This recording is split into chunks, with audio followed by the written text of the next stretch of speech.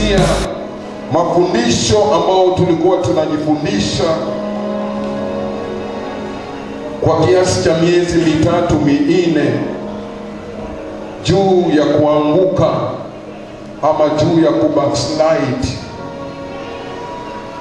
Nafikiri umejifundisha na leo utajifundisha zaidi. Wale ambao wanafungua YouTube pamoja na Facebook, unaweza enda through my Facebook na through my YouTube katika hayo mafundisho na ukaweza kujifundisha zaidi. Sema amen. Hallelujah.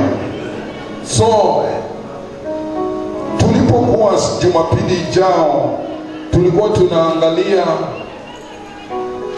symptoms za kuanguka, na tukaona symptom 3 za kuanguka.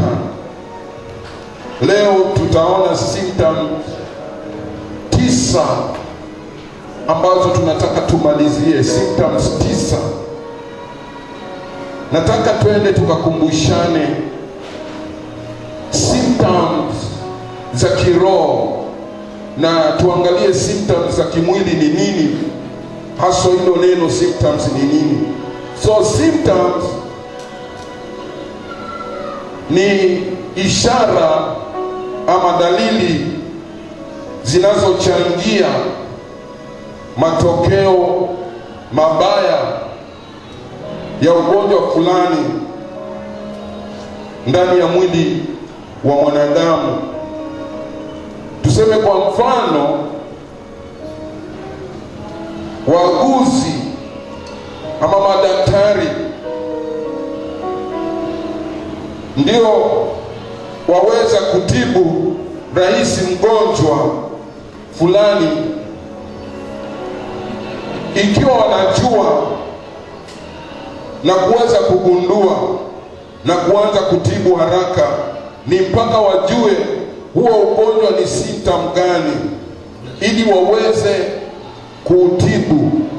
Na mara nyingi huona unachukuliwa damu na ile damu inaenda kupimwa. Ikipimwa inaonekana wewe una ugonjwa fulani, ile ndio symptom. Sengine unapimwa tumbo linakuuma ujui, na ukichelewa unaweza kuchukua ni kawaida, lakini kumbe kuna ugonjwa fulani katika tumbo. So ukichelewa unaweza hata kufariki. Lakini daktari akipima, sengine anaenda kuona kwa x-ray, anaona mapafu yako yameliwa, ama katika utumbo wako kuna kidonda. Akikiona anaanza kukutibu. Hallelujah. So hiyo ni ya kimwili, lakini tunataka kuona symptoms ambazo ni za kiroho. Maana za kimwili, daktari akigundua ni ugonjwa gani, matibabu yanaanza haraka. Hallelujah. So mafundisho haya pia nataka mpendo uchunge sana symptoms za kiroho zisizoweza ama zinaweza kukufanya uweze kuanguka kiroho ama kubackslide. Katika mafundisho haya nimejifundisha mimi mwenyewe, nikaona sana ya kwamba magonjwa ambao ni symptoms huwa zikishika mtu za kiroho zinamwangusha na huwa na madhara mabaya sana. Sema amen. Nataka niseme hivi, Kwa kizungu, don't take these things for granted. Sema amen. Don't take these things for granted.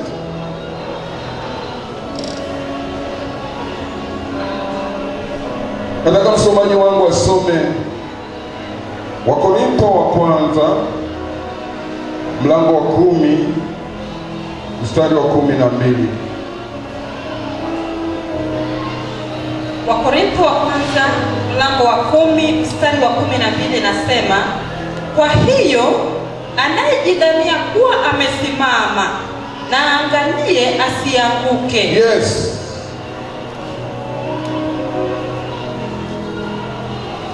You have to be careful not to backslide. Sema amen. Kwa hivyo unatakiwa kuwa na macho ya kiroho. Kwa hiyo leo tutajifundisha the last 9 symptoms ambazo zinaweza kukufanya uanguke kiroho. Symptom ya kwanza, Mkristo ambaye anakosa kuja kanisani Jumapili bila sababu, that is a symptoms. Maandiko ya Mungu yanatuhimiza katika Waebrania 10:25 yakisema, nisomee. Waebrania mlango wa 10 mstari wa 25 inasema ya kwamba wala tusiache kukusanyika pamoja. Mungu anatuhimiza tusiache kukusanyika pamoja. Ndio sasa Jumapili tunakusanyika pamoja. Sema amen. Ndio. Kama ilivyo desturi ya wengine. Kama ilivyo desturi ya wengine. Bali tuonyane, tuweze kuonyana na kuzidi kufanya hivyo. Tuzidi kufanya hivyo. Kwa kadri muonavyo siku ile kuwa inakaribia. Akisema siku ile inakaribia, Yesu anakaribia kurudi. Jesus is coming back. So he needs us to fellowship together. He needs us to assembly together. That's why we are doing this one. Clap on to Jesus if you are believing. Hallelujah. Anatuhimiza tusikose kukusanyika pamoja. Haleluya. Na katika maandiko ya kale, wakati Musa ameweza kupewa wana wa Israeli, aliweza kupewa amri hii katika Exodus 20. Nisomee verse 8 na 11b. Kutoka mlango wa 20 mstari wa 8 inasema, ikumbuke siku ya Sabato uitakase. Unasikia? Tunakuja kuikumbuka siku hii ili tujitakase. Maana wiki nzima labda tumeenda tukaingia mahali si sawa, labda tumemfanyia Mungu mahali ambapo haitakikani. Mungu yuko mbali na sisi, ili hivyo ndio anasema Mungu tuje pamoja ili tuitakase siku hii. Nisomee 11b. 11b nasema, kwa hiyo Bwana akaibarikia siku ya Sabato. Siku hii Mungu akaibariki, akaibariki, akaitakasa. Hii siku Mungu ataibariki kwako. Hii siku Mungu ataitakasa. Kama unaamini sema amen. Pigia Bwana makofi. Haleluya. Ndio tunakutanika. So mpendo, nataka uelewe, ni vibaya sana kwa Mkristo kukosa kuja Jumapili. Ni vibaya sana kukosa kuja kanisani Jumapili. Watu wengine wana tabia ya kusema kwamba mimi natosheka na TV na mchungaji fulani ambaye ninamwangalia, nikishamwangalia inatosha. So wako na wachungaji wao katika Biblia, katika TV. Nataka nikwambie si mbaya. Hata mimi bishop wangu anahubiri katika TV kila Jumapili saa 2 K24, lakini inashindwa kumwangalia, maana inabidi hata mimi nije wapi? Kanisani. Lakini wewe isikufanye ukose kanisa kwa sababu ambazo hazina maana. Sema amen. Maana tunakuja kubarikiwa, ya pili tunakuja kuitakasa hii siku. So I want to say that the TV preachers cannot substitute your regular fellowships. You must have a specific church which you will attend regularly. I said regularly. And your specific church is Life Outreach Church. Sema amen. Kuna wakati Petro alitembelea kanisa la Wakorintho na akaongea haya maneno, maana kulikuwa na washirika wengine wamepata wachungaji wao nje, wamepata manabii wao nje. Haleluya. Na wanaona huyo mchungaji haifai, huyo anayetulisha neno haifai. So wakawa wanashikana na wachungaji wengine wa nje badala ya mtume Paulo aliyeplant lile kanisa. So Paulo alipowatembelea akaongea haya maneno. Wakorintho wa kwanza mlango wa 4 mstari wa 14 mpaka mstari wa 16. Wakorintho wa kwanza mlango wa 4 mstari wa 14 mpaka 16 inasema, siandiki hayo ili kuwatahayarisha. Hata mimi wacha niseme hivi, sikuhubiri leo wewe ili nikutaharishe. Endelea. Bali kuwaonya kama watoto ni wapendao. Haleluya. Bali kuwaonya kama watoto ninao wapenda. Kwa kuwa ijapokuwa mna walimu 10,000 katika Kristo. Ijapokuwa mna walimu, hajakataa, walimu 10,000 katika Kristo. Katika Kristo. Walakini hamna baba wengi. Lakini hamuna baba wengi. Maana mimi ndime niliyowazaa katika Kristo. Mimi Pastor Mwasi ndiye niliyowazaa, napenda hiyo, katika Kristo Yesu. Nani anajua kwamba alizaliwa na Pastor Mwasi katika Kristo? Unyosha mkono wako juu. Ai, kuna wengine hawanyoshi jamani, hawajazaliwa na Pastor Mwasi. Hebu nyosha mkono wako juu kama unajua umezaliwa na Pastor Mwasi. Nyosha hivyo hivyo, nyosha hivyo hivyo. Peperusha mkono hivyo kwa Yesu. Upeperushe kwa wanasiasa, peperusha kwa Yesu, peperusha kwa Yesu. Sema amen, sema amen, sema amen. Pigia Yesu makofi. Kana mayaza tajiba huya. Kwa njia ya Injili. Kwa njia ya Injili. Basi na wasihi. Nifuate mimi. Haleluya. Hapo napenda. Nifuateni mimi. Akisema nifuateni mimi, anasema iga Pastor Mwasi katika mambo ya kiroho. Anafanya nini uige? Kama anaamka asubuhi kuja Morning Glory, amka na wewe. Kama anahubiri, taka kuhubiri kama yeye. Kama anaomba, taka kuomba kama yeye. Kama anaenda kuomba hata na ndimi, sema na mimi natamani, I desire to speak in tongues, because in tongues they are spiritual tongues. Hallelujah. Jina la Bwana libarikiwe. Na ukifanya hivyo utabarikiwa. Hello. Baya tunakuona wewe, lakini wewe kumbe si wetu mwenzetu. Wewe una mama huko nje, una mama nabii, na ninapokuangalia naona huyo hayako sawa. Maana huwezi toshelesha wachungaji. Wacha niseme hivi, huwezi toshelesha machungaji wengi. Nachukua hiyo kupitia Mathayo 6:24. Huwezi kushika. Hebu soma hiyo kidogo. Mathayo 6:24.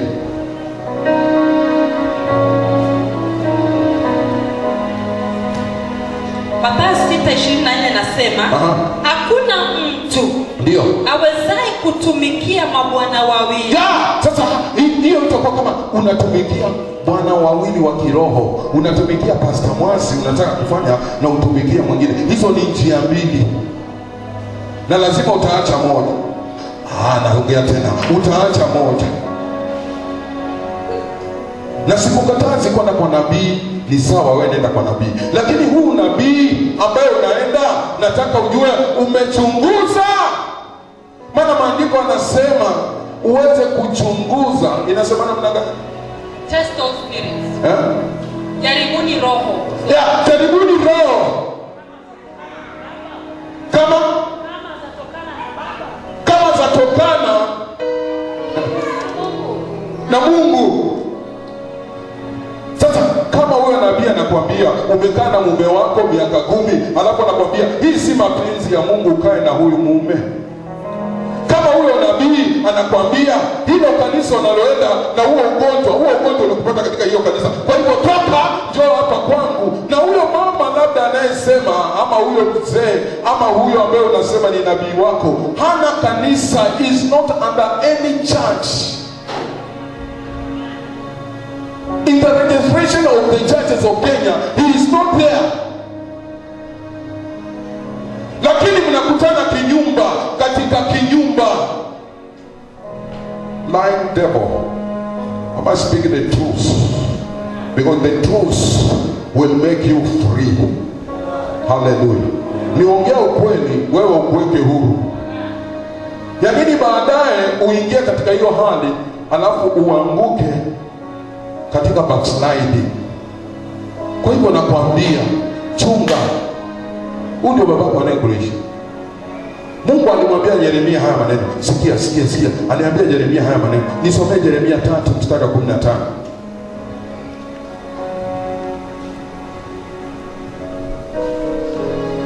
Yeremia 3:13. 15 inasema. 15. Na 5 inasema, nami nitawapa ninyi wachungaji. Unasikia? Anasema, Mungu anasema atakupa wewe wachungaji wanipendezao moyo wangu. Wanaopendeza moyo wangu. Napenda hiyo.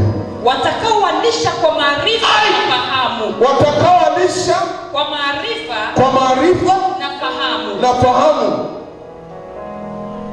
In spirit, in understanding. Finish.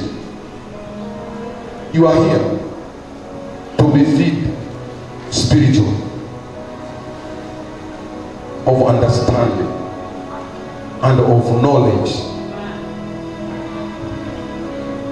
Because before I become a preacher, before I become a pastor, I sit down in the feet of Jesus and learn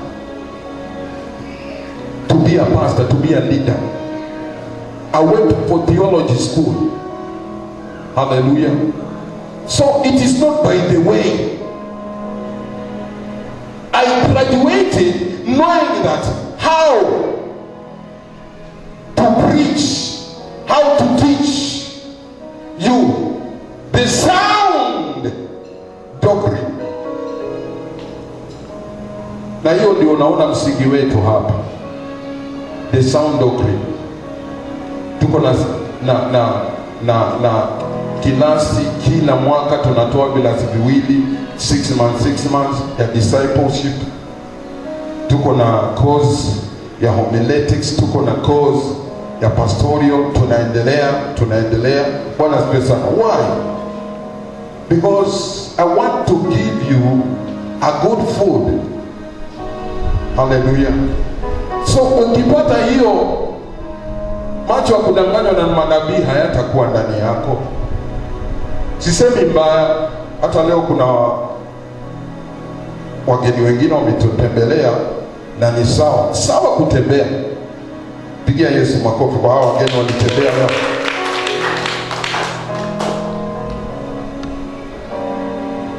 Yesu anasema hivi katika Yohana 10, nisomee Yohana 10 mstari wa kwanza mpaka mstari wa 4. Yohana 10 mstari wa kwanza inasema,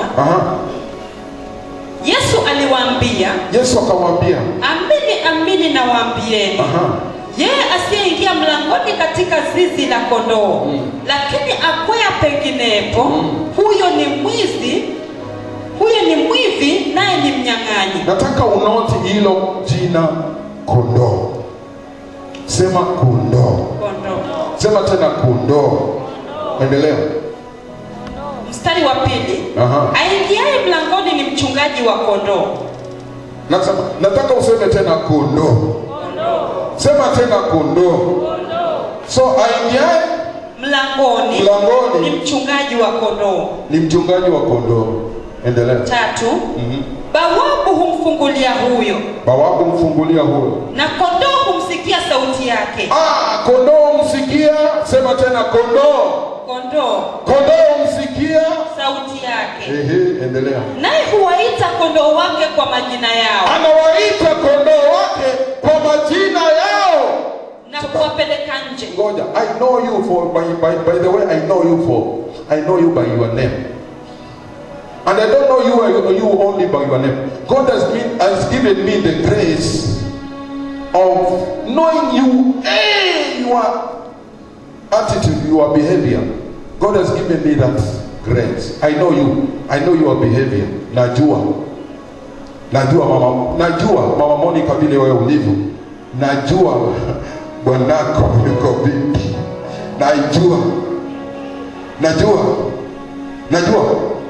Najua mama kiongozi tia lady wa kanisa. Najua wewe. Najua secretary wa kanisa. Najua mama Sanda. Nakujua. Wapi mama Kimani? Najua mama Kimani, nakujua. Mama Kimani namjua. Mama Kimani ni mtu wa kucheka tu. Najua. Najua. Hata kwa kule njiani najua. Endelea. Mstari wa 4. Naye awatoapo nje kondoo wake wote, huwatangulia, na wale kondoo humfuata, kwa maana waijua sauti yake. So you need to know my voice and follow me, because there is a difference. Kuna tofauti. Halafu nataka wewe muulize mwenzako, tuna tofauti ya kondoo na mbuzi. Muulize jirani yako, wewe ni mbuzi ama wewe ni kondoo? Sijasikia unamuuliza. Amekujibu. Maana mbuzi, sikia mambo ya mbuzi, halafu utasikia kondoo. Mbuzi hataki kujua huyu mwenzake ni nani, hataki kujua pastor anamuita na atakataa, hataki kuwa chini ya mtu yoyote. Mbuzi hataki kuwa chini ya pastor, hataki kuwa chini ya viongozi, yani anajifanyia mambo mwenyewe na yuko kanisani. Mbuzi huyo akisikia kwenda zake nyumbani anaenda, anarudi. Akijisikia leo anaweza kuja Jumapili kanisani, anaweza kuja. Akisikia haji tu na hana sababu na haji, na hamuelezei mtu yote na haji. Huyo ni mbuzi. Haleluya. Akijisikia tu amekemewa, anaweza sema chochote, akarudisha mdomo wa kutupa vibaya sana. Maana huyo ni mbuzi. Huyo ni mbuzi. Mbuzi anajaribu kuchungwa, lakini ni ngumu. Asharuka tena, apitii kwa mlango, anapitia kwa dirisha ama pale pengine, asharuka. Huyo ni mbuzi. Sikiza kondoo. Kondoo akiitwa anakuja. Pastor unasemaje? Anasema ufanye hii na ufanye hii na ufanye hii. Hiyo nitafanya, hakuna shida. Kondoo ndio huyo anaenda kufanya. Na how is supervise? Anafanya kazi yake yote, anamaliza na anakuja kwa pastor. Nimemaliza. Hallelujah. Kondoo mwisho mwezi anajua iko wapi bahasha ya kutoa fungu la 10, iko wapi, anachukua bahasha ya fungu la 10, anaweka fungu lake bila kula hata ndururu. Haibi. Mbuzi anaweza weka na aibe. Mbuzi anaweza weka aibe. Ama mbuzi anaweza kaibu na asitoe. Na sinakwambia na wajua wengine wasiotoa na wanaotoa, lakini nasema wote ni mbuzi wangu na kondoo zangu. Talisha. Hello. Amen. Haya, wacha nirudie tena. Nani anataka kuwa mbuzi? Nyosha mkono wako kama unataka kuwa mbuzi. Nani anataka kuwa kondoo? Nyosha mkono wako, sema mimi nataka kuwa kondoo. Hata mimi nataka niwe kondoo. Hata mimi nataka niwe kondoo. Kondoo is accountable. Kondoo is responsible. Kondoo is obedience. Kondoo is submission. He submits always. Huyo ndio kondoo. Kondoo kasirikangi sana. Kondoo apayukiri sana. Huyo ni kondoo. So mbuzi, chunga, maana ukibadilika kwa kondoo uwe mbuzi, is a sign, is a symptoms of backsliding. Hallelujah. So the next symptoms you must watch is laziness. Sema laziness. Sema uvivu. Sema tena uvivu. Nifungulie Proverbs 6. Hakuna kitu kibaya kama backsliding ya uvivu katika kiroho. Uvivu ni mbaya sana. Uvivu inaweza kufanya ukose kuingia katika destiny yako. Uvivu inaweza kufanya uchukie Mungu bure, lakini makosa yako ni uvivu. Nisomee Proverbs 6 kuanzia verse 9 up to 11. Mithali 6 mstari wa 9 mpaka 11 inasema, ewe mvivu, utalala hata lini? Swali hilo. Mvivu utalala hata lini? Unalala. Mungu hapendi mtu kulala, hapendi, maana uvivu unaleta umasikini. One of the things which I hate is laziness. That's why it makes me to wake up every day at 10. Even today, niliamka saa 10. Hiyo. That's why it has made me, even today, waking up, doing my jogging before I went home. Nikiamka hiyo nakuja kwa maombi, nikimaliza hata wale wananijua na vaa tracksuit yangu tayari nakuja. Nikishamaliza maombi saa 12 I do my exercises. Nikienda nyumbani nimetota. It refreshed my mind. It made me alive. It made me still younger. Hallelujah. In mind and in everything. It made me feeling good. Tunasema kuiga pastor. Niige. Mwambie mwenzako muige pastor. Mwambie muige pastor. Uvivu utaenda. Endelea kusoma. Utaondoka lini katika usingizi wako? Anauliza swali nyingine. Wewe utaondoka lini katika usingizi wako? Endelea. Mstari wa 10. Bado kulala kidogo. Bado kulala kidogo. Usinzia kidogo. Usinzia kidogo. Bado kukunja mikono. Yes. Pata usingizi.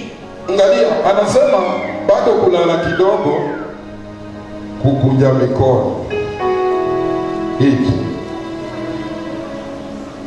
This is a sign of laziness.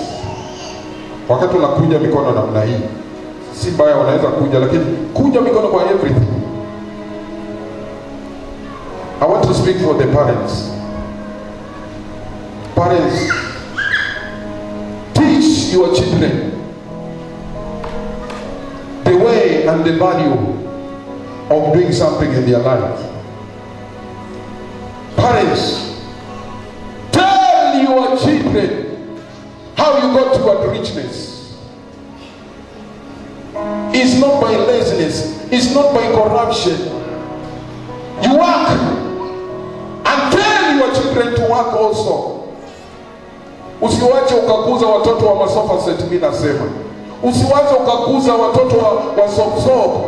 Waambie hii mali ambao tuko nayo mimi na babako tuko nayo, tumeipata kwa jasho. Hata wewe fanya kusoma jasho, amka fanya homework zako, amka fanya kusoma, usikubali kwa mwisho. Wewe fanya bidii ili kesho upate kazi nzuri.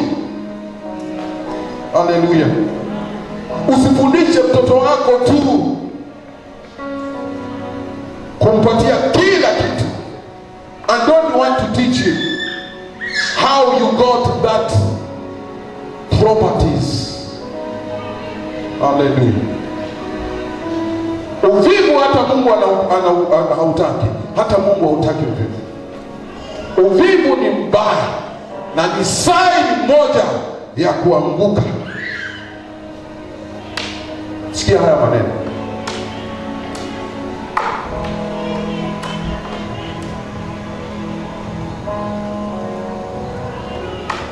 Kuna vitu vinne vinachangia kanisa leo. Wakristo hawataki kuomba kwa sababu ya maroho ya uvivu. Number 1, hawataki kuamka asubuhi kwa maombi kanisani. That is the sign of laziness. That is the sign of laziness. Maana hata Yesu aliamka asubuhi na mapema, akatafuta mahali hapana watu, akaenda kaomba. Why you? Uvivu. Mpendwa, wakati wa mafundisho haya, kubali kubadilika, because mafundisho haya usipobadilika, tutakuona hali yako ile ile. Hilo neno linasema wewe uliye pale chini, kama uamke asubuhi kwa maombi, anza kuamka kuanzia kesho. Toka kitandani saa ya usiku, piga magoti, anza kuomba. Usitoke pale unaomba at least for 30 minutes, at least for 1 hour. Kama kanisa lako liko karibu, wake up, piga mswaki, tafuta njia, nenda kanisani kaombe. Mpendwa,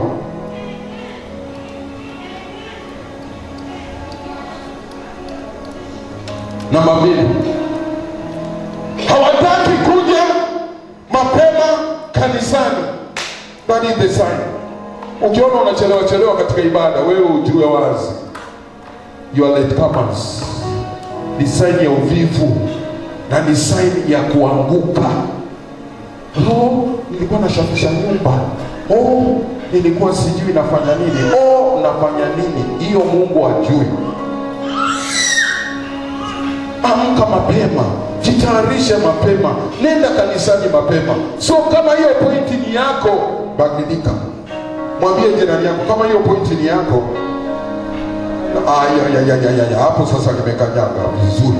Na mwambie mwenzako, kama hiyo pointi ni yako, na wewe ulikuwa unalala Jumapili, unakuja kanisa kama umechelewa, hata Jumapili ijayo kuamka mapema na kuja kanisani. Mwambie kanisani kuna huduma nyingi sana za kufanya. Pigia Yesu makofi. Haya, sikia dalili nyingine ya uvivu. Hawataki kuja kwa maibada ya katikati ya wiki kanisani. Hapo kuna shida ya kuanguka. Ukiona Mkristo hataki kuja katika maibada ya katikati, huyo ujue saini yake ni ya kuanguka. anakwambia mimi siwezi kuja. Unakuta Mkristo wa Jumapili, oh my God, nataka nikwambie hivi na nikufundishe, kiroho wiki moja ni kubwa sana. Utapitwa na mambo mengi sana kiroho. Ukikosa wiki nzima, una hatari ya kuanguka wewe. Nimesema backsliding uanzangi backsliding unaanza kidogo kidogo kidogo kidogo kidogo, inakuja gradually, pole pole. So ziba hiyo sign, anza kuja kwa maibada ya katikati. Uliza wamama wana siku yao ya maombi, inaita mama walinzi, siku ya Jumatano. Kama ulikuwa huji wa mama, kuja. Siku ya ushirika Alhamisi, nenda ushirika. Hayo nitaisema sana, siwachi. Na wala kuniambia it is biblical. Wacha kuniambia nini? Ni biblical. Pastor nasema sasa ushirika nini? Ni biblical. Maana kiumana ushirika, wewe ni wa kwanza kujulikana. Kama una shida yoyote, tutakujua wewe kupitia kwa ushirika wa nyumbani. Ushirika wa nyumbani wakati wa kina Paulo na kina Sila na kina Stefano na kina Andrea na kina wale wanafunzi wa Yesu, ndio nilikuwa hilo kanisa nikijenga makanisa mengine, ushirika wa nyumbani. We must go to the bases. Hallelujah. Our day of fellowship is Thursday. Tafuta ushirika wako na uende katika ushirika. Maana hiyo ni dalili ya mshindo mkubwa wa kuanguka. Wajua, sikuelewa na sikujua mpaka nilipoanza kufundisha haya mafundisho kwamba kumbe Mkristo anaweza anguka na yuko kanisani yuaimba. Mkristo anaweza anguka yuko kanisani naomba. Mkristo anaweza anguka yuko kanisani na wewe, na kumbe ameanguka, hayuko sawa. Hiyo spirit ni mbaya sana. Wacha nikwambie, nikaifananisha ni kama ya mbwa ambaye ana kichaa. Mbwa ambaye ana kichaa, hata wewe atakuuma rabi hiyo ugonjwa. Akiwa na hiyo ugonjwa, hata wewe mwenyewe atakuuma. Na nikaona hata backslider, hata wewe mwenyewe atakuuma. Mara ngapi nimeumwa hapa kama mchungaji kiroho. Haleluya. Nimeumwa.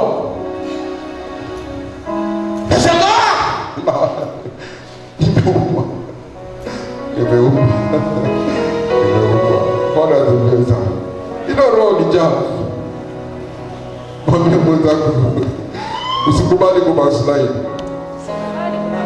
Ukafika kiwango cha kichaa cha kiroho, utauma watu.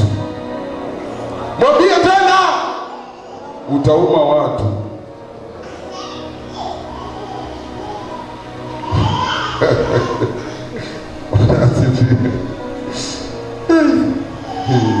Ya mwisho, hawako tayari kufanya huduma yoyote kanisani. Backsliders hawako tayari kufanya huduma yoyote kanisani. Wacha nimalizie hii na niseme hii. Mpendwa, kuna kibinda cha kiroho. Hicho ni kibaya sana. Unajua kibinda? Kama sasa hivi niambie kibinda ni nini?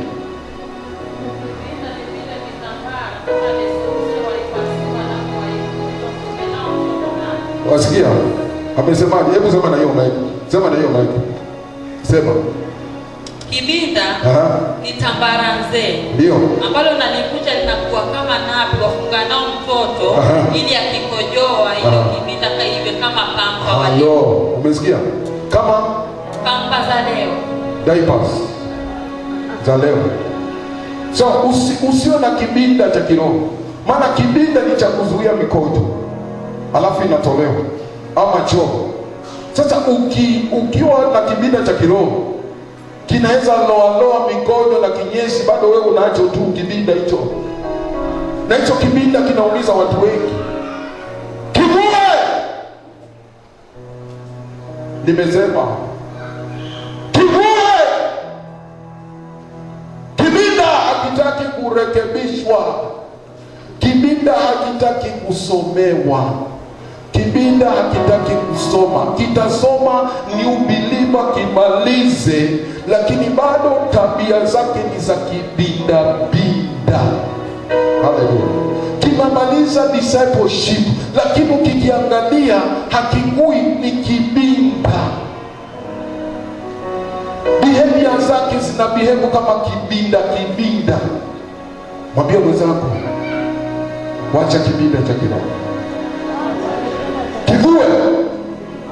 Mwambie sasa, kuwa tayari wako kuvaa suruali, kukua. Kubali kukua. Yes. Na mpendo kukua, unakuwa na hili Holy Bible. Hili Biblia hii. Petro anasema katika Petro wa kwanza 2:2, anasema yatamanini haya maandiko katika hii Biblia. Anasema yako na akili ya kugoshewa, na wakati unayatamani yako na akili ya kugoshewa, ndio uweze kukulia wokovu. They have spiritual milk. This is the spiritual milk for you to move from kibinda to the underwear. This one. Hallelujah. I want you to hear these words. Mtu wa kibinda anakuwa hivi.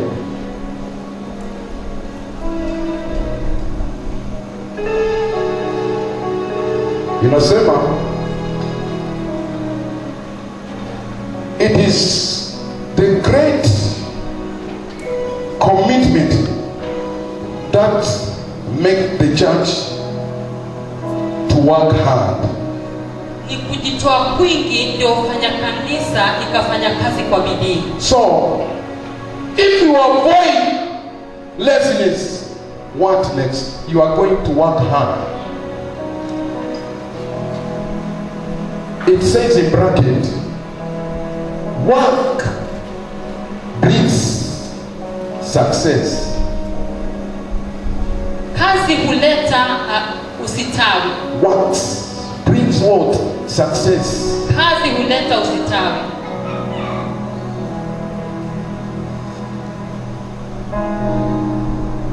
So, angalia Wakristo wavivu kanisani wako rahisi kuanguka katika backsliding. Wakristo wavivu. So usikubali kuwa mvivu. Life Application Study Bible inasema hivi in 2 Timothy. I like it. 2 Timothy chapter 2 verse 15 inasema work hard so you can present yourself to God and receive His approval.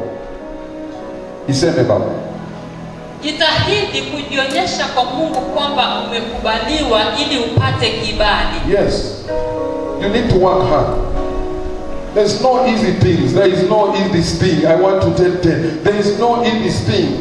Sangina mimi nafeli kuangalia. Naona kijana mdogo. Unajaribia testimony yako, unajaribia dream yako. Kijana mdogo unakuja kanisani saa 3. Saa 3. Hata kama wazazi wanakuja saa 3, wewe si wakuja saa 3. Wewe kuja bado kuna giza kanisani. Kijana mdogo nyumbani, unaamka jua likikupiga katika macho saa 2. na mamako ameamka saa 11, saa 10, unafunga future yako. I don't know why. Nataka uangalie hiyo statistic. Wale watu matajiri ndio hawalali. Wewe angalia sana. Watu matajiri hawalali. Our former president, the late Moi, alikuwa anaamka saa 10. Nimeona pia mwanasiasa mwingine, ani MP, anaamka hiyo saa 10. Akiamka anasema kitu cha kwanza anaanza na maombi. Akimaliza maombi anavaa tracksuit, anafunga gari yake, anatoka kwa gate, anaanza mbio kukiwa giza, anafanya zoezi. Anasema kwa nini? Anasema nitakuwa busy all the time na nitakuwa napeleka gari, sijafanya mazoezi, nitazeeka haraka. Hallelujah. Nitafanya kazi zangu zingine zote hapo, maana mimi ni boss. Nikitaka hii naletewa, hii nikitaka naletewa. Kwa hivyo afadhali asubuhi nifanye exercise, nifanye mazoezi. Utakuta wakubwa wengi kwake nyumbani yuko na gym yake ya kufanya mazoezi asubuhi, na naamka saa 9, saa 10. Why? Wewe hata leo kijana, ukitaka kazi ya military, si utaenda angukia pale tu? Maana military mpaka ukimbie, utaanguka pale, unahema ulimi huko nje.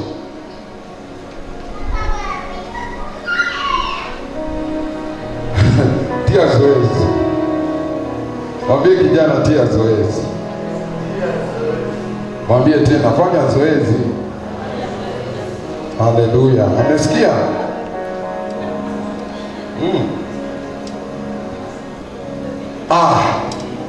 Tuone ya tatu. Ya tatu ni coldness, ubaridi. Mkristo baridi ni mtu wa kuanguka. Sikiza haya maneno. Yaani Wakristo wengine wanakuja kanisani wako baridi sana, hawataki kuabudu, hawataki kusifu Mungu wao kwa nguvu, hawataki kupiga makofi ama kushangilia. Na wale wako unakuta kijana mdogo anapiga makofi. Hiyo ni sign ya coldness, uvivu, ya ubaridi. Watu wanaabudu, hutaki kuabudu. Watu wanasifu, hutaki kusifu.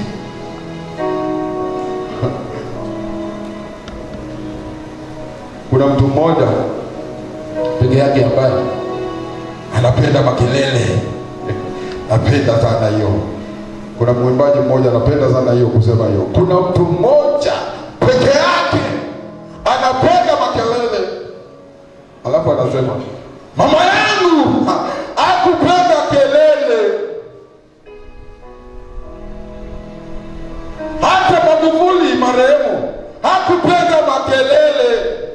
Lakini kuna mmoja anapenda makelele. Mmoja ni nani? Ni Yesu. Sema amen. Mpendwa, kama wewe ni Pentecostal, unatakana kutoa ubaridi. Ubaridi lazima utoke. Niko kwa mama usiwe baridi. Mama wengine ni baridi sana hapo nyumba zao. Baridi kiasi hata mume anachukuliwa, wewe bado tu wewe baridi.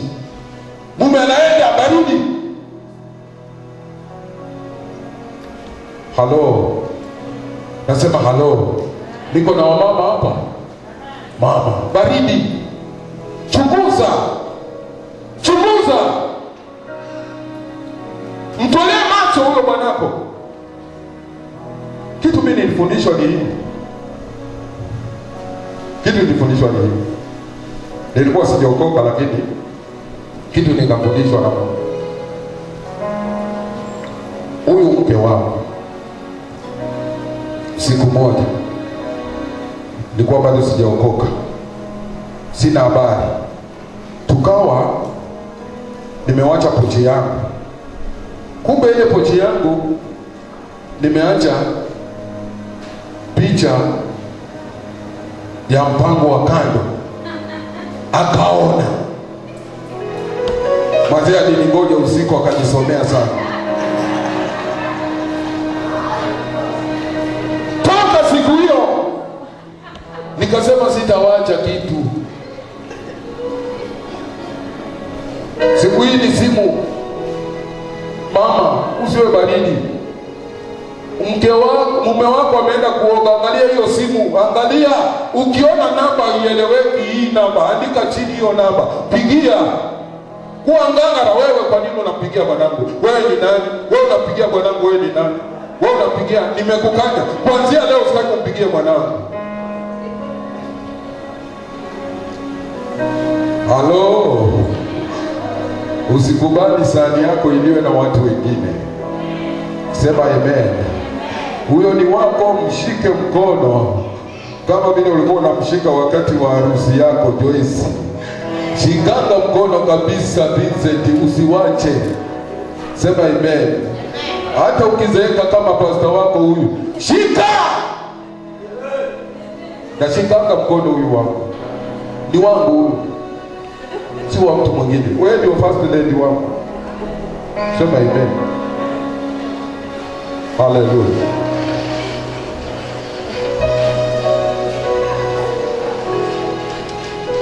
So, wale ambao ni confidence, mimi nawaita Wakristo wangwana, kizungu diplomatic Christians. Yaani wako na ubaridi mwingi. Hiyo usifurahie, ni symptom ya kuanguka hiyo. Namba 4, foolishness questions. Hiyo ni symptoms ya kuanguka. Nisomee 2 Timothy chapter 2 verse 23. Foolishness question, kuuliza maswali ya upuzi. Waraka wa Timotheo wa pili, mlango wa 2 mstari wa 23 inasema, walakini uyakatae maswali ya upumbavu. Wasikia? Kataa maswali yao ya upumbavu. Yasiyo na elimu. Yasiyo na elimu ya Mungu. Ukijua ya kuwa huzaa magomvi. Yanazaa magomvi. Maswali mengine hayana maana. Ignore it. Mind your own business. I said mind your own business. Mtu anakuletea maswali ambayo yanapuzi hiyo. Mind your own business. Sikia hii nyingine. Wakati Paulo ana mentor mtoto wake Tito, anamwambia haya maneno. Tito 3 mstari wa 1 mpaka wa 4.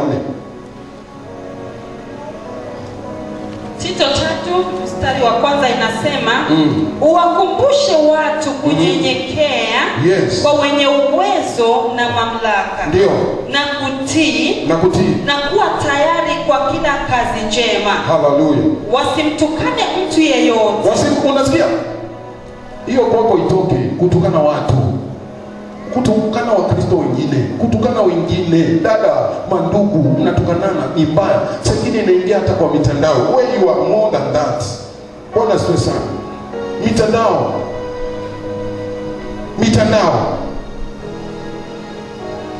Wacha tuniseme, hata church, mitandao ya kanisa. Chunga, usiandike kitu ambacho unajua hichi kitu kitamkwaza mwenzako. Don't write. Andika kitu cha kumtia moyo. Ujue amepitia nini, wewe unaandika tu. Ujue. Kuna wakati mtandao wetu wa wachungaji, kuna mchungaji aliandika kitu kikawa hakifai katika kitu cha kiroho. Watu walimshambulia na mpaka akawa discipline kwa chairman wetu wa pastors. Ikabidi atolewe, akaleft kwa grupu ya pastors. Maana aliambiwa mara kwanza hakusikia, tena watu wakasoma wanaona kitu kingine. Ikabidi. Wewe si mtu wa dunia. Wa dunia ndio wako. Hata sasa wakati hii wa election, hivi sasa kampeni, midomo imekuwa mibaya, hate speech zimezaa nyingi. Mpaka unaona serikali imeweka anti hate speech unit ya kuchunguza hizo. Nyingine ukizisikia ni chafu sana. Na mtu ambaye ananena, ana mandevu, amemeno yote, ana kila kitu, hata nyele nyeupe kwa kichwa. lakini unaangalia haya maneno ananena. Kuandika, blogger, we call them blogger. False report. Hallelujah. That is foolishness. You as a born again, you cannot do that. Unless usipojichunguza, unaanguka. Maana unarudi kimwili. Chunga. Endelea. Wasiwe wagomvi. Wasiwe wagomvi. Usikubali kuwa mgomvi, kukasirika. Na ile hasira unatoa, unaandika. Wawe wema. Wawe wema. Wakionyesha upole wote kwa watu wote. Wakionyesha upole wote kwa watu wote. Napenda hiyo. Onyesha upole kwa watu wote. Imeisha? Mstari wa 3. Yes. Maana hapo zamani sisi nasi tulikuwa hatuna akili. Unasikia? Hapo zamani wakati tulikuwa watu wa dunia, alikuwa hatuna akili. Tulikuwa waasi. Tumedanganywa. Huku tukitumikia tamaa na anasa za namna nyingi. Yes. Tukiishi katika uovu na husuda. Yes. Tukichukiza na kuchukiana. Yes. Lakini wema wake Mwokozi wetu Mungu na upendo wake kwa wanadamu ulipofunuliwa alituokoa. Unasikia? Mungu akikufunulia amekuokoa. Achana na hiyo tabia. Ni mbaya. You cannot again be arrogant. You cannot again be proud. The way you are, it is the grace of the Lord. If He has blessed you, it is the grace of the Lord, by the way. Hallelujah. Nasema hallelujah. So, huyu Mkristo kanisani sengine anataka kutoa ushuhuda wa kusomeana wengine na sio kuwajenga. Hiyo ni baya. Unasema nataka kuchukua maiki nianze kutoa ushuhuda, kumbe ushuhuda wako umeuweka unataka kusomea wengine. Tena hii nataka ujue inakuja sana kwa wapi? Kwa mtu ambaye anakosa kanisa wiki nzima, hujaonana na mtu yoyote kanisani, hujajua kitu gani cha kusaendelea, hujajua ni nini. Wewe toka mande unasema mimi ikifika Sunday nyingine lazima nitasomea watu. Lazima nitasomea watu. Unangoja pa kusomea watu ni wapi? Unasema ni wakati wa testimony. That is not the will of the Lord. I said that is not the will of the Lord. That is the sign and symptoms of backsliding. Hallelujah. Namba 4, Mkristo asiye na ambitious kwa mambo ya Mungu. Ambitious maana yake ni to be determined, to be successful, ama to be rich, ama to be powerful. Sasa Mkristo ambaye hana ambitious ndani yake, yaani kama Mkristo mteule, uendi mbele utaenda nyuma. Kama uendi mbele utaenda nyuma. Haleluya.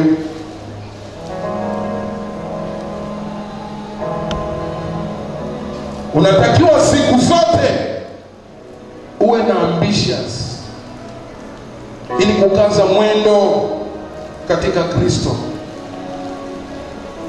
Utakuwa na shida ya kubackslide. Ukiwa na ambitions, utakuwa na shida ya kubackslide. So Wakristo wengi hawataki kuwa na ambitions, na ndio naona kwa haya majira Wakristo wengi ambao hawataki kuwa na ambitions wanaanguka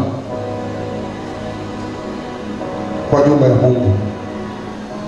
You need to be spiritual drive with things of God.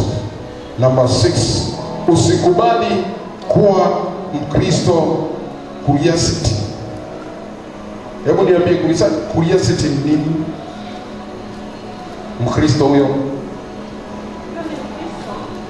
ambaye anataka kujua kila kitu. Yes, asante. Because Kizungu nasema a strong desire to test everything. Wewe unataka kutest bia na ulikuwa unywe bia. Mkristo unataka kuwa curiosity wa kutest bia. Hii sana ni vijana. Unataka kutest bia, pia pressure hiyo. Unataka kutest bangi. Bangi. Kuna wakati mwingine kijana mwingine alitest bangi. Kijana ma teenager hawa, teenagers sikia hiyo. Akatest bangi. Watu wakashangaa, anacheka kama mwandazimu. Anacheka tu, anacheka. Watu wanamuuliza unacheka nini? Ajue anacheka tu. Wakagundua alifatana na rasta mwingine, wakaenda hivi. Kumbe ameenda kukuta bangi, ameenda kutest bangi. Kwa hiyo usiwe tayari kutest kitu kama utumii. Kijana kama utumii feki, usitesti hiyo feki. Hati hii feki na testiwa. Nimemwona hata babangu alikuwa ananituma ninunue. Sasa wacha niwache nisi.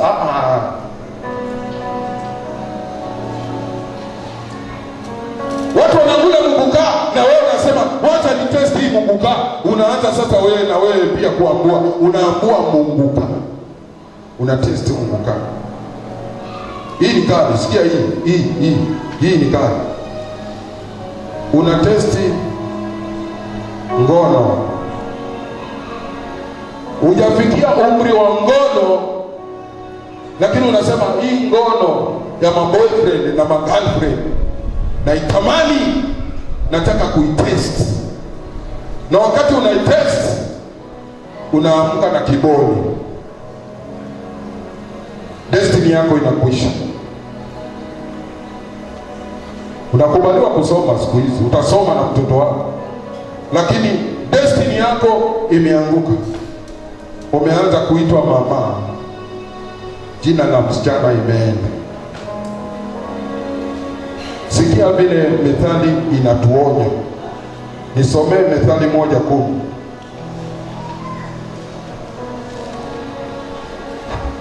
Mithali 1:10 inasema, mwanangu, wenye dhambi wakikushawishi, wewe usikubali. Yes.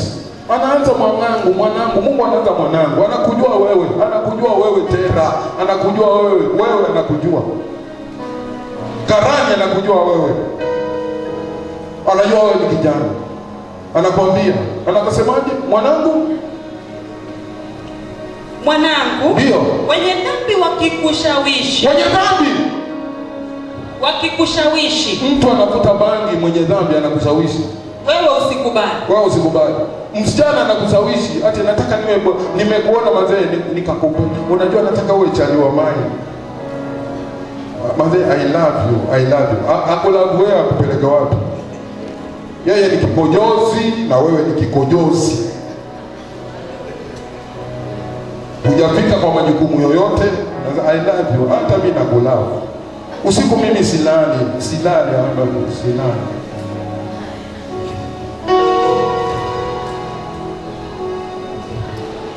Haleluya. Hii ya mwisho nao ni kali. Unataka kutesti mpango wa kando.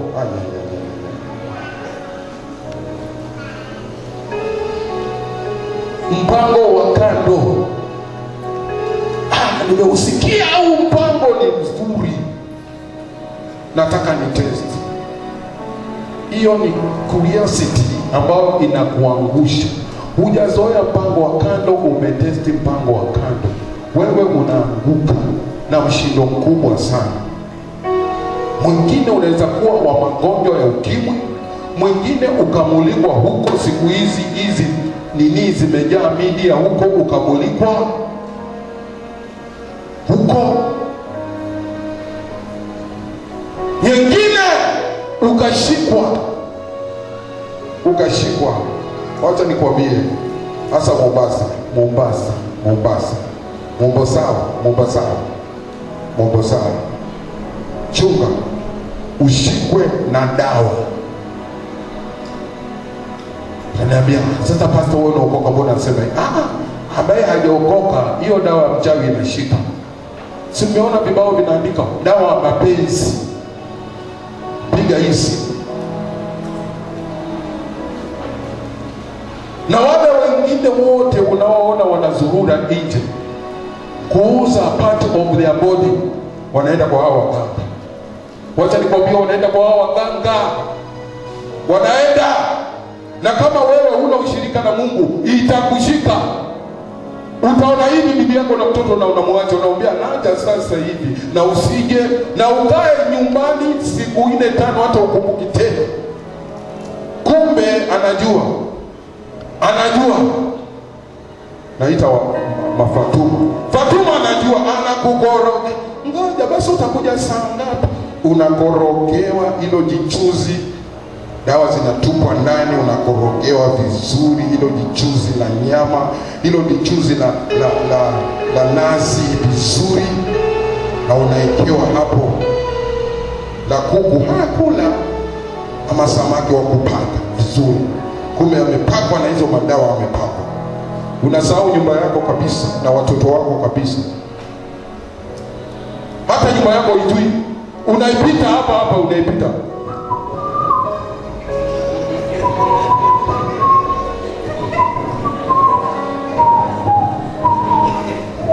Hata unaipita nyumba yako hivi, huijui. Mwajuma amekushika. Bwana asifiwe. Mpango wa kando. Don't test. Mwambie mwenzako, don't test everything. Be careful. Amen. Sikia hii maneno inasema, there is nothing new under the sun. Hakuna kitu kipya chini ya jua. Unaweza ona kwa sababu hii ni kipya, kitu mpya. Hiyo kitu hata ukiona inafanya mwingine na mwingine na mwingine. Ndio lazima tuiseme iishe. Unasema pastor ameenda sana, angetumia hekima. Narekebisha huko na huko na kanisa. Sema amen. Yeah.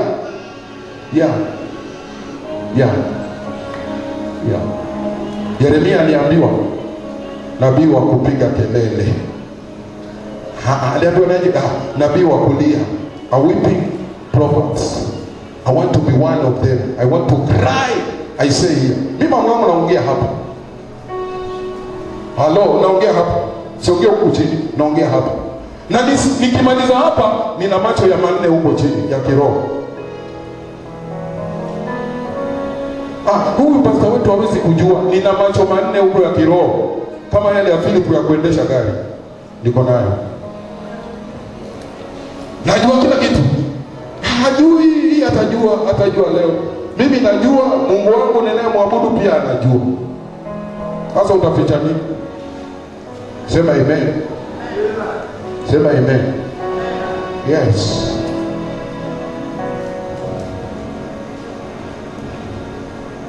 Namba 7. Symptom nyingine ya kubackslide ni ya kunung'unika bure. Maana kuna Wakristo wengine ni wa kunung'unika nyumbani kwao, ni wa kunung'unika makazini, ni wa kunung'unika makanisani. Mungu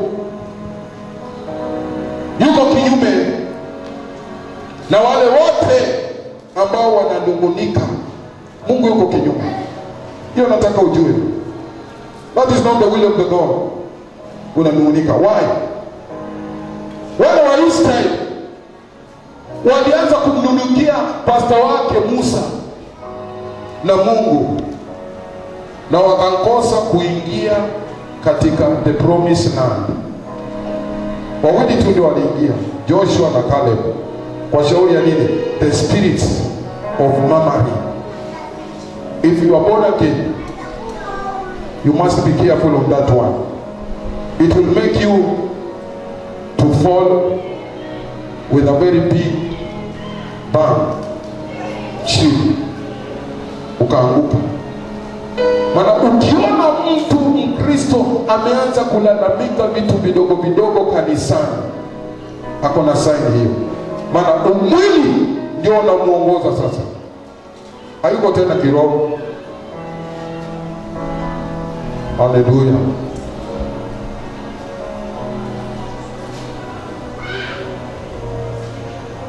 Ya ine, angalia sana Mkristo ambaye wanachangia uovu. Nisomee Isaya 5:20. Chunga sana na Mkristo ambaye anachangia uovu. Unaweza kupata kanisani, usikubali akuambukize huo uovu wake. Kumbe ameanguka, anataka anaanguke na wengine, hataki anguke peke yake. Sikia vile Isaia anaongea 5:20. Inasema, ole wao wasemao kwamba uovu ni wema. Wasikia? Ole wao wale wanaosema uovu ni wema. Na kwamba wema ni uovu. Kwamba wema ni uovu. Watiao giza badala ya nuru. Wanatia giza badala ya nuru. Na nuru badala ya giza. Nuru badala ya giza. Watiao uchungu badala ya utamu. Wanatia uchungu badala ya utamu. Ya utamu. Na utamu badala ya uchungu. Utamu badala ya uchungu. Ni hivi, kitu kizuri kimepita, kanisa ni nzuri, watu wamebarikiwa, watu wana upendo, watu wamefanya kitu, alafu unakuta wawili watatu wanatia chumvi hapo ili ile yote iliyosifiwa ionekane mbaya. Chungana nao. Hiyo ni roho ya uovu na ni roho ya kuanguka. Hiyo haipendi isikie kitu kimekuwa sawa kanisani. Haleluya.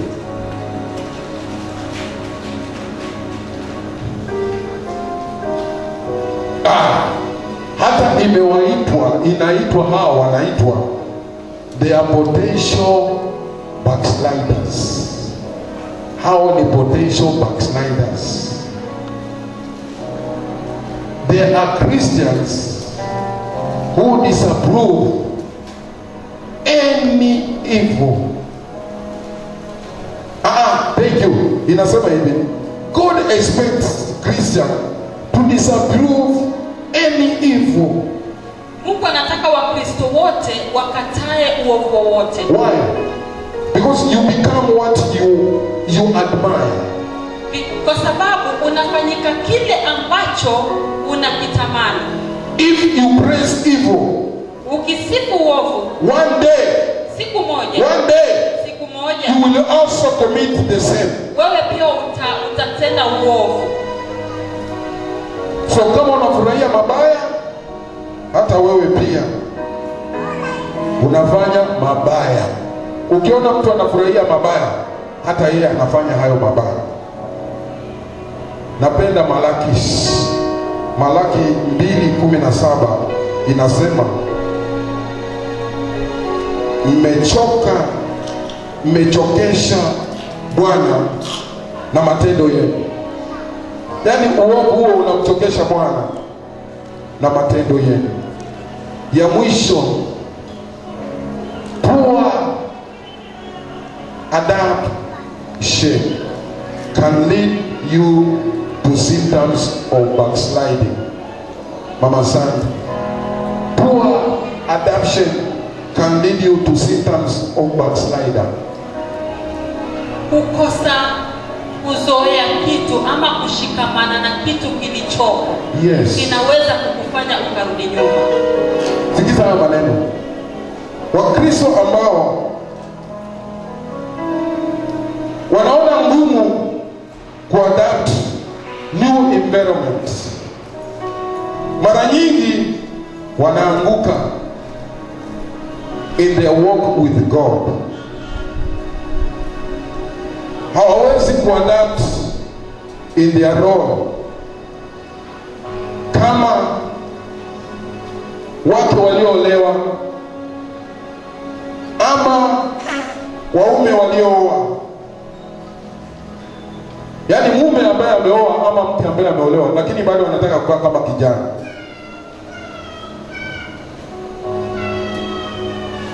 Pisi tunasikia hiyo.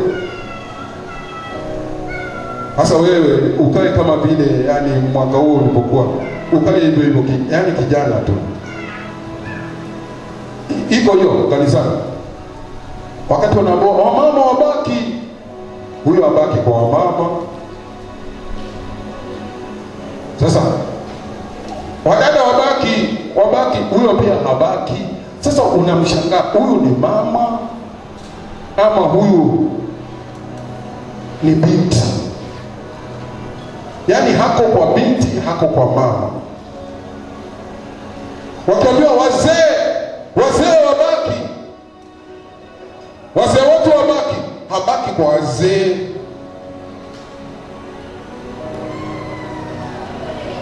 Vijana wabaki, habaki pia kwa vijana. Sasa unashindwa, huyu ni baba ama ni mzee? Na pia ameoa, lakini ukimwangalia hata maneno yake ya kuongea, anaongea bado tu sheng kama kijana. Mazee vipi? Mazee hata simu zake akiongea, vipi bwana wewe, unajua ile migizeni na watoto 5 wa 6, hata kina msichana hata karibu anamea matiti. Mazee sasa unashindwa, huyu ni mzee. Hata kido jina la kuitwa mzee kwanza kanisani ataki. Hiyo ni dalili ya kuanguka, ambao ni adoption. Wao ushaolewa, kubali umeolewa, wewe ni mama. Haleluya. Sikia hii, you must adapt in order to stay alive. Lazima uzoe hali iliyoko ili kwamba uendelee kuishi. Sikia hii ya mwisho. Mama single, umeamua kukaa single, kaa. Wewe ni mama single, tunakujua wewe ni mama single, kaa mama single, tuone unakaa mama single. Na siku umepata anayekupenda, njoo kwa watumishi wa Mungu, sema ili mambo yote yafanyike kwa nuru, lakini si kwa giza. Sasa wewe ni mama single, lakini unataka utineja na umezaa, uko na mtoto unaitwa mama fulani, lakini mavazi yako ni ya kisichana, tabia zako ni za kisichana. Wewe unashinda, ambapo hiyo shida ni kubwa na ni mbaya. Jirekebishe mapema, maana utatamani kuingia mahali ambapo panaandikwa no vacancy. Utatamani, na hiyo ni baya. Kutamani mume wa mwenyewe kanisani, ndugu, hiyo ni baya. Hujui mwenyewe amepata wapi. Haleluya. Nafundisha vizuri ama vibaya? Wangapi wanabarikiwa? Wangapi wanasema ni sawa, pastor endelea kufundisha? Nipatieni nafasi niendelee kufundisha. Asante. Lakini imefika mwisho. Tumemaliza hii chapter na nafikiri mmefundishika vizuri. Wacha nikwambie hivi, ikakufundishe wewe na ukajue, ukaelimike, ukabadilike. Hiyo tu. Maana hii kitu ukikataa kufundishika, utasahau wokovu. Najua sema penzi yako, najua kile kitu umefanya, lakini nataka nikwambie, wacha nikuombee. Na unapotubu, tubu na uache. Si utubu tena unafanya, haitasaidia. Mika anasema haya maneno ni ya mwisho hii. Mika anasema haya maneno, nisomee Mika 7:7 mpaka 10. Mika mlango wa 7 mstari wa 7 inasema, lakini mimi nitamtazamia Bwana. Nitamtazama Bwana. Nitamngojea Mungu wa wokovu wangu. Maombi haya, wewe mtazame Bwana. Ngojee Mungu wako kwa wokovu wako.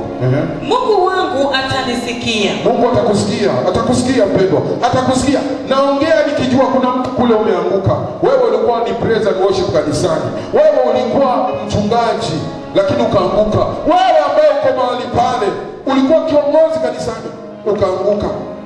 Naongea na wewe. Mungu atakusikia leo. Asante. Endelea. Mstari wa 8. Ndio. Usifurahi juu yangu, adui yangu. Usifurahi. Wewe ambaye unajua yule mwenzako ameanguka. Niangukapo, nitasimama tena. Atasimama tena. Utasimama pendwa. Nimekuja kutia moyo. Utasimama, rudi. Rudi. Mungu anakutaka kama yule mwana potevu. Yule mwana potevu alipotea, alipojua kwamba mimi nimepotea. Wacha nirudi kwetu. Na akatubu, akasema mimi sistahili hata Mungu kuitwa mtoto wako, na sistahili kuitwa babako mimi mtoto. Natubu baba, nipokee. Akapokewa na baba. Wewe utapokewa. Mungu amekupa nafasi ya pili ya kurudi mpendwa. Endelea. Nikapo gizani, ninapokaa gizani, Bwana atakuwa nuru kwangu. Bwana atakuwa nuru kwako. Nitaivumilia ghadhabu ya Bwana. Nitaivumilia ghadhabu ya Bwana. Kwa kuwa nimemwasi. Kwa kuwa nimemwasi. Hata atakaponitetea teto langu. Kwa nini anaongea hiyo? Pendwa, kuna gharama katika kuanguka. Kuna gharama. Maana unapoanguka umefungua mlango wa shetani. Hali yako inakuwa mbaya kuliko ile iliyokuwa mwanzo, hiyo ya mwisho. So kuna gharama, ndio nasikia hiyo mstari. Lakini katika hiyo gharama yote, vumilia. Vumilia, Mungu akurudishe. Umepata mafunzo mazuri. Mungu anakupenda. Maandiko anasema ya kwamba watu wangu wanaangamia kwa kukosa maarifa. Umejua maarifa. Wewe rudi sasa. Endelea. Hata atakaponitetea teto langu. Atakapoteta na teto langu. Na kunifanyia hukumu. Teto hilo na hukumu. Atanileta nje kwenye nuru. Atakuleta kwenye nuru. Nami nitaiona haki yake. Utaiona haki yake. Ndipo adui yangu ataliona jambo hilo. Haleluya. Na aibu itamfunika. Itamfunika. Yeye aliyeniambia, yuko wapi Bwana Mungu wako? Ukianguka watu wanakwambia huyu atarudi. Huyu yuko wapi Mungu wake? Lakini Mungu amekupa second chance ya kurudi ili akusamehe. Endelea. Macho yangu yatamtazama. Macho yatakutazama. Sasa atakanyagwa kama matope ya njia kuu. Yes, utakanyagwa. Lile roho tapu lote litakanyagwa kama matope. Asante. Kuna dada mmoja nataka aje hapa mbele. Mungu alimtendea miujiza, akakubali kurudi. Alipoanguka akasema narudi kwa babangu wa kiroho, na akarudi. Nataka tuusikie ushuhuda wake kidogo, ili wewe unayesikia uweze kujengeka kule. Mama Mwadime, karibu hapa mbele. Tumpigie makofi huyu mama. Pendwa, kama huyu mama, wewe uko kule, wacha ukajengeke. Mpatie maiki mama. Asante. Karibu msichana wangu. Haleluya. Kanisa, shalom. Shalom. Mo shalom. Nimeokoka. Yesu Kristo ni Bwana na Mwokozi wa maisha yangu. Haleluya. Ningependa kushuhudia ukuu wa Bwana. Hakika Mungu wetu ni mwaminifu. Ningependa kusema ukiokoka, jina lako limeandikwa katika kitabu cha uzima wa milele. Na unapookoka, unapomtumikia Mungu, hata kama ni kazi ya kufagia kanisani, kazi yote unayofanya katika nyumba ya Bwana, Mungu anaitambua. Kwa hivyo katika nafasi yako unayemtumikia Mungu, Mungu anakuangalia pale anapokukosa. Mungu anapotazama akikukosa, anabaki akikutafuta. Bwana Yesu asifiwe. Mimi kuna wakati niliondoka na nikatoka, nikaenda kanisa lingine. Hakika moyo wangu haukupata amani. Nilikuwa nikikaa nasikia niko kwa wenyewe, kwa maana hapa ndio mahali nilianza misingi ya kufundisha neno la Mungu, na hapo ndio mahali nilikuwa ninamtumikia Mungu. Kwa hivyo nikawa ndio ninasikia mahubiri lakini sina amani. Nikawa mimi kabla sijaokoka nilikuwa na wazimu na kifafa, na mimi sikujua ni kitu gani kimenipata. Nikawa nikitembea ninajipata nimeanguka, nikawa niko kazini najipata nimeanguka, na naanguka katikati ya barabara, nikawa niko na madhara mengi. Nikauliza Mungu, nimekukosea wapi? Nikasikia sauti ikiniambia nirudi katika nyumba ya baba yangu. Ningependa kushukuru sana Mungu kwa ajili ya mchungaji. Hakika wachungaji wana kazi ngumu, kwa maana wakati nilirudi au kuniregesha, bali walinipokea pamoja na mama na mikono miwili, na nikarudi nikatulia. Kwa hivyo nilikuwa nakumbuka neno la Mungu linasema mtoto anayependwa hurudiwa. Haleluya. Na mwana siku zote ukaa nyumbani, lakini mtumwa huhangaika. Kwa hivyo nataka kusema nini mchana wa leo? Unaporudi, unapoanguka, unaporudi nyuma, unapokutana na changamoto, kwa maana katika maisha ya wokovu kuna mambo mengi ya kuvunja moyo, kuna changamoto kama vile mtumishi wa Mungu amefundisha. Ingawa kuna walimu elfu, lakini baba ni mmoja. Haleluya. Mimi niliporudi katika nyumba hii nimesikia kubarikiwa, nimesikia kukaa katika miguu, isipokuwa majaribu ni mengi, lakini nimeamua kusimama na kumtumikia Mungu. Mpendwa, unaporudi nyuma, unaposema utakaa, kama ni kufagia kanisani, chochote ulikuwa unafanya, Mungu anakitambua na Mungu anabaki kudai. Kwa hivyo nataka kusema ni unaporudiwa ni vizuri, kwa maana hakuna mtoto asiyerudiwa na baba yake. Kwa maana kurudiwa ni kurekebishwa ili kesho yako ikawe kubwa. Mimi nataka kusema nini? Ilifika wakati nikawa sina maombi. Mtoto wangu akaniuliza, mama, mbona siku hizi uombi? Nikawa ninang'ang'ana. Siku moja akaniambia, leo sitakuacha, nitaenda kanisani. Wapendwa, hata mtoto mdogo umezaa anaweza kukuhubiria. Mungu anaweza akatumia chochote kufikisha ujumbe kwa ajili yako. Kwa hivyo kurudi nyuma kuna madhara. Kusema sitafanya kazi ya Mungu, nimechoka, nimekwazwa, kuna madhara. Kwa maana wakati unatumikia Mungu, ufanye kwa wachungaji, ufanye kwa mtu yoyote, bali unajenga ufalme wa Mungu. Kwa maana baada ya kutoka katika mwili huu kuna kulipwa, kuna kuvishwa kwa kutokuharibika, na kuna kukaa milele kwa Mungu. Kwa hivyo tukiokoka, tusione kama thawabu iko hapa, tunaenda kulipwa. Simama, wokovu ni gharama. Hakuna siku mambo yataenda vizuri. Hata watoto wako unawarekebisha, hata kuna mambo unaona hayaendi sawa, lakini kunaye Mungu mbinguni. Na shukuru, kwa maana baba angekuwa mtu mwingine, labda angeniambia nirudi, lakini bado nikabaki kuwa mtoto katika nyumba hii, nami nikasema nitanyenyekea na kuzidi kupokea maagizo ya Mungu kwa ajili ya uzima na kwa ajili ya kesho yangu. Mungu awabariki na awatendelee. Pigia makofi. Naomba pale ulipo niweze kukuombea, maana umesikia neno, umesikia mafundisho ambayo nimefundishwa karibu miezi mitatu. Nataka tusimame sote niweze kukuombea, usije ukaanguka, ama umeanguka Mungu akakuregeshe tena. Nataka niombee wale ambao wananisikiza, wasikilizaji wangu wazuri kwa YouTube, kwa Facebook. Kama hujaokoka, funga macho nikuombee wokovu, maana huwezi kufaulu kama bado hujaokoka. Baba, ninaombea watu hawa. Sema maneno haya. Sema, Baba yangu, naja kwako. Mimi nimekosa, mimi nimetenda dhambi, mimi nimerudi nyuma, na kubali kurudi tena sasa.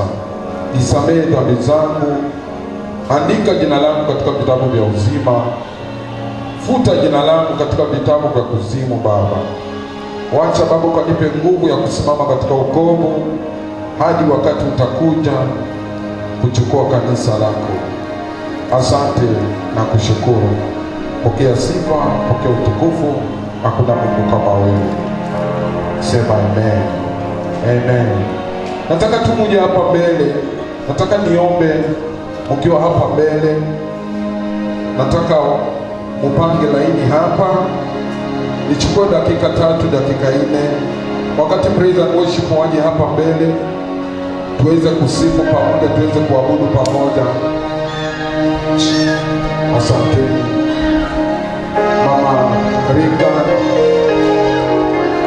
Mama Regan na Mama Sandra. Nyosha tu mkono wako juu. Nimwabudu kama sio nimwabudu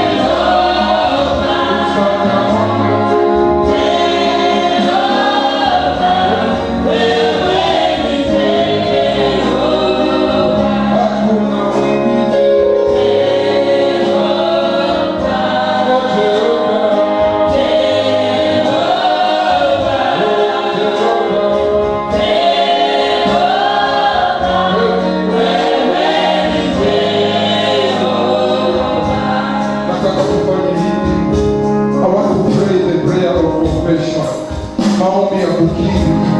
Nataka mkono mmoja shika moyo wako na mkono mmoja inua juu, sema Baba yangu uliye juu mbinguni, nimesikia neno lako, naomba nikaweze kuwa mpendo wa hilo neno. Hivi leo nisiweze kuanguka. Mitego ni mingi ya ibilisi. Baba, naomba ukanisaidie nisianguke Baba, nisimame Baba, nikujue wewe, niwe na ushirika na wewe, nizidi kukupenda, nibadilike Bwana, mimi na jamii yangu, mimi na watoto wangu, mimi na mume wangu, kwa jina la Yesu. Asante Bwana kwa kunifundisha mafundisho haya. Kweli Baba, kuna kuanguka katika wokovu. Sitaki kuchukua kawaida. Kama Daudi alianguka, Ibrahimu mwenyewe akaanguka. Mungu nisaidie, nisaidie Bwana. Changamoto ni nyingi za duniani, nikiwa bado niko duniani. Baba nisaidie, nisaidie Baba. Nataka nikutumikie, nataka niombe, nijue kuomba mwenyewe. Nimechoka kuombewa, nimechoka Baba kuzunguka makanisa, nimechoka Baba, nifundishe kuomba. Yoshua alisema haya maneno, mimi na nyumba yangu, akakiri tutamtumikia Bwana. Wacha Baba, mimi na nyumba yangu nikutumikie. Asante Bwana, kwa jina la Yesu nimeomba na kuamini. Sema amen. Wacha nikuombee, niachie baraka Baba. Naachia baraka watu wako, naachia Baba kusimama watu wako Baba, naachia ushindi watu wako katika jina la Yesu. mitego yote Baba yangu ya kuanguka chini na kucha na kataa, roho Baba yangu za tamaa ya dunia na kataa katika jina la Yesu. Baba, wabariki watu wako, wakapende kukutumikia, wakapende kusimama na wokovu. Majaribio ni mengi Bwana, lakini Baba najua wataweza yote katika wewe utiaye nguvu. Tia kanisa lako nguvu, tia kanisa lako nguvu, liinue kanisa lako Bwana. Vijana hawa wana hamu ya kukutumikia, wainue Baba vijana hawa katika siku yao ya kesho, katika mambo yao ya kesho. Baba ninawaombea katika jina la Yesu. Wamama Baba yangu wanapitia mambo mengi kwa ajili ya nyumba zao zingine hazina amani. Baba yangu nenda kaingilia katikati, ingilia katikati Bwana. Wengine mabwana zao waliokoka, mabwana zao Baba wana tabia za nje, mabwana zao wana tabia za kiasili, zina matatizo ndani ya maisha yao. Bwana ukawasimamishe katika jina la Yesu. Baba ninaomba kwa teenager hawa Bwana, wasipokuke Baba yangu. Wengine wanataka kuiba maneno ambayo Baba ni ya dunia, nakataa katika jina la Yesu, nakataa katika jina la Yesu. Bwana bariki kanisa lako Baba, niinue kanisa lako kwa jina la Yesu. Baba tumeomba na tunaamini, kama naamini sema amen. Nataka useme amen kubwa. Amen.